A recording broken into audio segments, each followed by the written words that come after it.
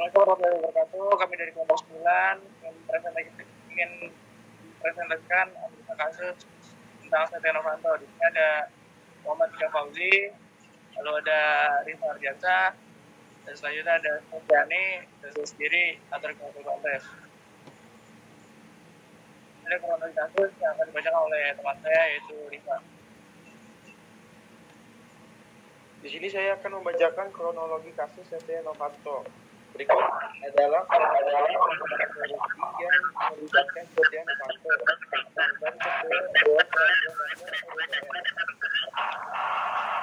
korupsi terkait proyek pengadaan kartu tanda penduduk elektron atau IKTP yang merugikan negara sekitar 2,3 triliun rupiah. Setia Novanto ditetapkan sebagai tersangka oleh Komisi Pemberantasan Korupsi atau KPK terkait kasus korupsi IKTP. Setia Novanto ditangkap oleh KPK setelah sempat buron selama beberapa waktu. Sidang perdana kasus korupsi Setia Novanto digelar di Pengadilan Tindak Pidana Korupsi atau Tipikor Jakarta. Setia Novanto divonis 15 tahun penjara dan denda sebesar 500 juta rupiah oleh Pengadilan Tipikor Jakarta. Dia juga dinyatakan harus membayar uang pengganti sebesar 7,3 miliar rupiah.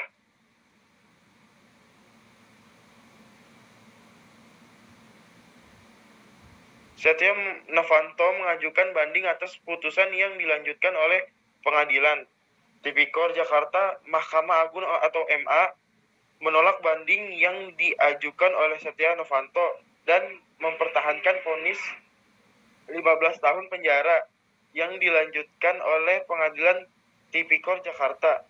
Setia Novanto ditahan di Lembaga Permasyarakatan Sukamiskin, Bandung untuk menjalani hukuman penjara. Setia Novanto mendapat remisi dan bebas bersyarat setelah 2 tahun menjalani hukuman penjara. Kasus korupsi yang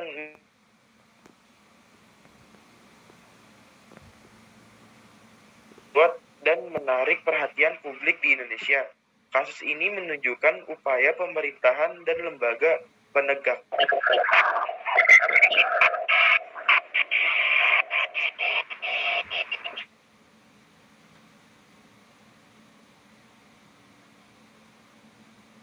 Selanjutnya ada stimulus respon. Dari kasus Setia Novanto terlibat dalam skandal korupsi terkait proyek pengadaan kartu tanda penduduk elektronik atau KTPE yang merugikan negara sekitar 2,3 triliun rupiah. Respon warga terhadap kasus Setia Novanto. Pak Novanto, kami kenal beliau sudah lama sejak beliau menjadi anggota DPR. Komunikasinya baik sehingga dia terpilih menjadi anggota DPR. Tentu Novanto pun sudah banyak berbuat baik untuk NTT dan juga banyak warga kesal dengan kasus Setia Novanto.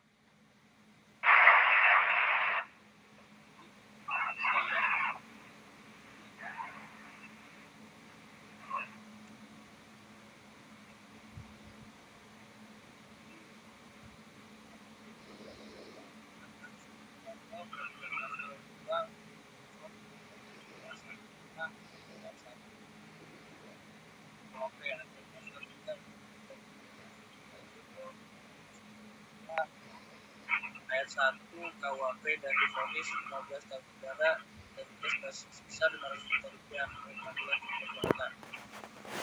Juga dinyatakan harus membayar uang pengganti sebesar 7,3 miliar.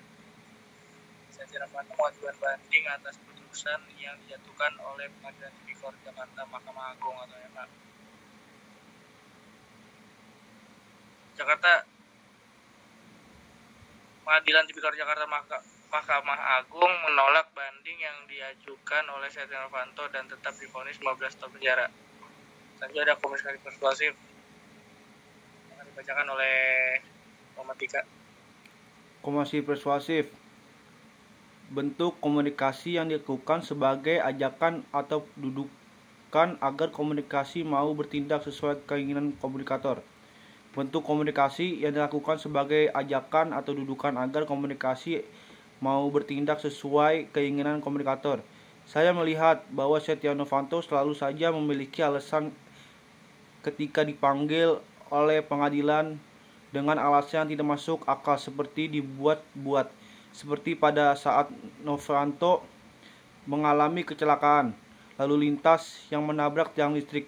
Kejadian itu terlihat dibuat-buat karena dari keterangan pengacara Novianto yaitu Fedlit mengatakan bahwa Novianto memiliki luka tabrakan yang sangat parah.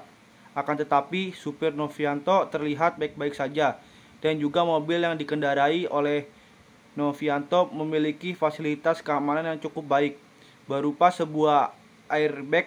Kejadian itu menjadi sebuah pertanyaan besar untuk pengadilan jaksa. Sudah tercium bau-bau drama yang dibuat oleh pihak Novanto dan juga penegak dari dokter rumah sakit mengenai Novanto berbicara bahwa Novanto sudah membaik, akan tetapi Novanto selalu saja mengakhiri dan dari panggilan.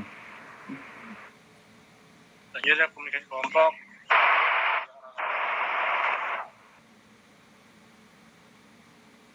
Membahas tentang dinamika kelompok, efisiensi dan efektivitas penyampaian informasi dalam kelompok, pola dan bentuk informasi, serta pembuatan keputusan. Di sini saya melihat bahwa hasil sidang Setia Novanto dinyatakan bersalah pada 24 April 2018. Mantan Ketua DPR itu dinyatakan terbukti bersalah melakukan korupsi proyek EKTP tahun anggaran 2011 sampai 2013. Ia divonis 15 tahun penjara dan diwajibkan membayar denda 500 juta, subsidiar 3 bulan kurungan. Ia juga diwajibkan membayar uang pengganti 7,3 juta dolar AS dikurangi 5 miliar yang telah dititipkan kepada penyidik jika menggunakan kurs rupiah tahun 2010, maka total uang pengganti yang harus dia bayar sekitar 66 miliar rupiah. Majelis Hakim juga mencabut hak politik Novanto selama 5 tahun setelah selesai menjalani masa pidana. Sempat menerima vonis karena merasa lelah dan ingin merenung, Novanto kini mengambil langkah hukum peninjauan kembali PK atas vonisnya. Sekian dari penjelasan presentasi mengenai kasus Setia Novanto. Kurang lebihnya mohon maaf. Wassalamualaikum warahmatullahi wabarakatuh.